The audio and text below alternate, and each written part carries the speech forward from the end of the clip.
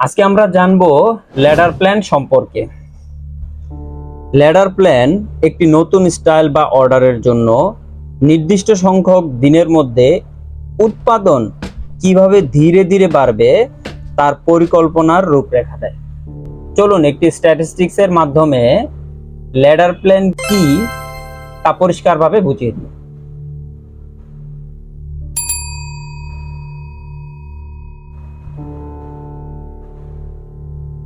ধরুন বাম থেকে ডানে আমি ইন্ডিকেট করেছি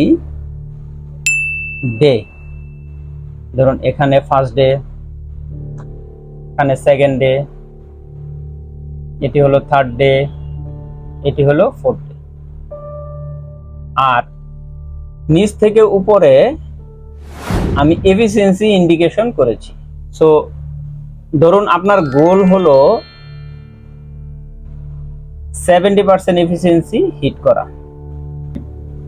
প্রথম দিনই কিন্তু লাইনটি 70% হিট করবে না। ধরুন প্রথম দিন লাইনটি হিট করলো 30% এফিসিয়েন্সি।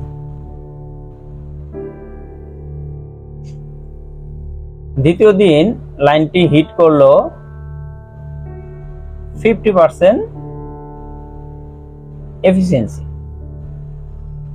তৃতীয় দিন এসে লাইনটি হিট করলো 60% এফিসিয়েন্সি এবং সর্বশেষ চতুর্থ নম্বর দিনে লাইনটি হিট করলো আপনার কাঙ্ক্ষিত 70% এফিসিয়েন্সি। তাহলে লাইনটি ধীরে ধীরে যে 70% লাইন হিট করলো, এফিসিয়েন্সি হিট করলো, তো এই লাইনটিকেই বলা হবে ল্যাডার প্ল্যান।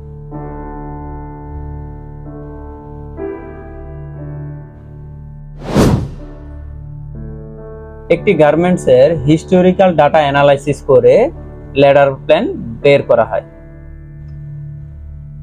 চলুন 8 দিনের একটি ল্যাডার প্ল্যান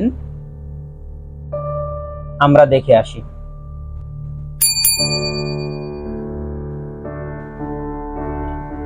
ধরুন এটি day 1, day 2, day 3, day 4, day 5, day 6, day 7, day 8। So প্রথম দিন 30% এফিসিয়েন্সি, দ্বিতীয় দিন 40% এফিসিয়েন্সি, তৃতীয় দিন 50% এফিসিয়েন্সি। আস্তে আস্তে এই ল্যাডার প্ল্যানটি বাড়বে। চতুর্থ দিন 60% এফিসিয়েন্সি, পঞ্চম দিন এসে 70% এফিসিয়েন্সি, ষষ্ঠ দিন আবার সেই 70% এফিসিয়েন্সি, অষ্টম দিন 70% এফিসিয়েন্সি, শেষের দিনও 70% এফিসিয়েন্সি। সো এই 70% এফিসিয়েন্সিকে বলা হয় পিক টার্গেট অথবা হাইয়েস্ট টার্গেট। এই ল্যাডার প্ল্যান দিয়ে সাধারণত একটি স্টাইলের এভারেজ এফিসিয়েন্সি বের করা হয় এবং একটি স্টাইলের পারফরম্যান্স ক্যালকুলেশন করতেও এই ল্যাডার প্ল্যান ব্যবহার করা হয়। চলুন আমরা জেনে আসি কিভাবে ল্যাডার প্ল্যানের সাহায্যে এভারেজ এফিসিয়েন্সি ক্যালকুলেশন করা হয়। উক্ত স্টাইলের এভারেজ এফিসিয়েন্সি পেতে হলে আপনাকে অবশ্যই জানতে হবে টোটাল অর্ডার কোয়ান্টিটি কত। ধরুন উক্ত স্টাইলের অর্ডার কোয়ান্টিটি 5500 পিস। সো ক্যালকুলেশনের সুবিধার্থে আমি আগেই এখানে ছকটি এঁকে রেখেছি। ধরুন প্রথম দিন লাইনটি 30% এফিসিয়েন্সি হিট করবে। তাহলে কত পিস প্রথম দিন আমার হিট করলো অথবা শেষ হলো? টার্গেট পিস ক্যালকুলেশন করতে হলে আমি এখানে প্রথমে 100% এফিসিয়েন্সিতে টার্গেট কত তা বের করে নিচ্ছি।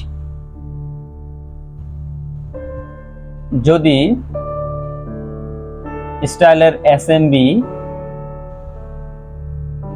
25 মিনিট হয়,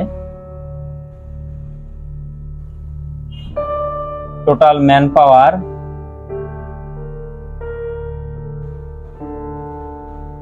50 জন হয়, টোটাল ওয়ার্কিং আওয়ার 10 ঘন্টা হয়, তাহলে 100% এফিসিয়েন্সিতে টার্গেট আসবে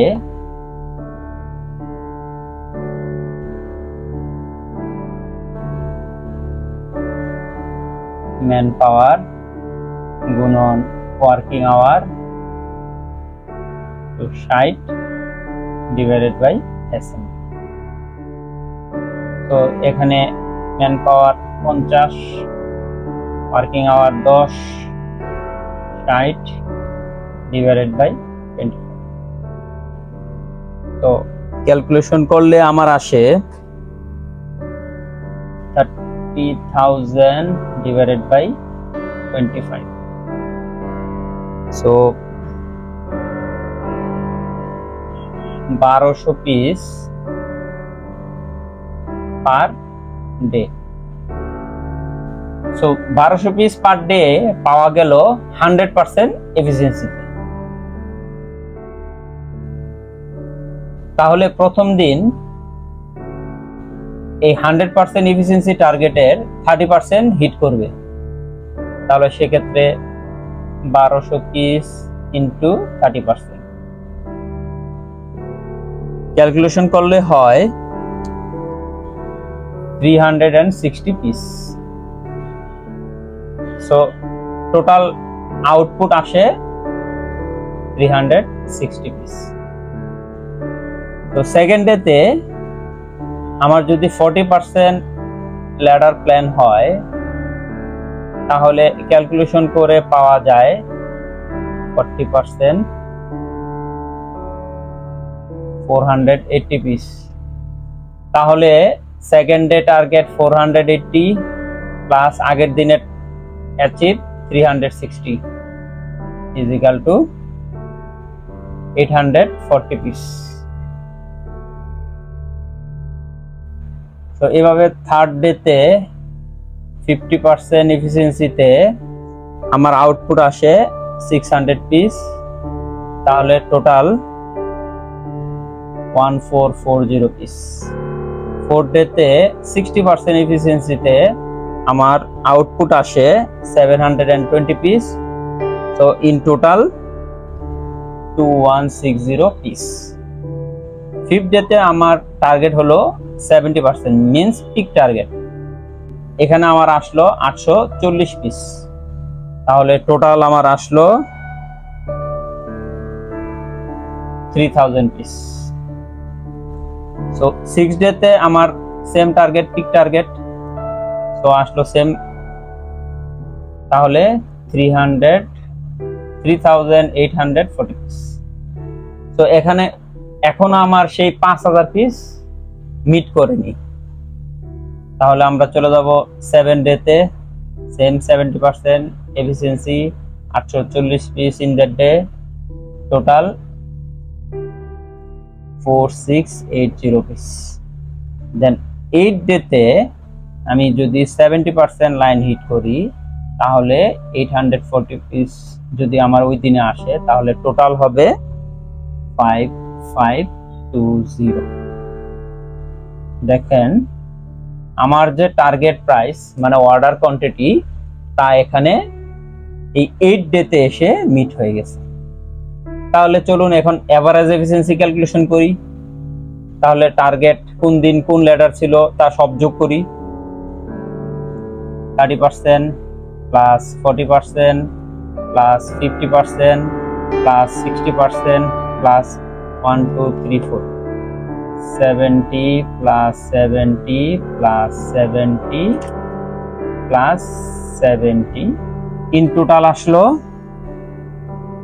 460। যেহেতু 8 দিন চলেছে, তো 8 দ্বারা ভাগ করি, তাহলে এভারেজ এফিসিয়েন্সি পাওয়া যায় 57.2%।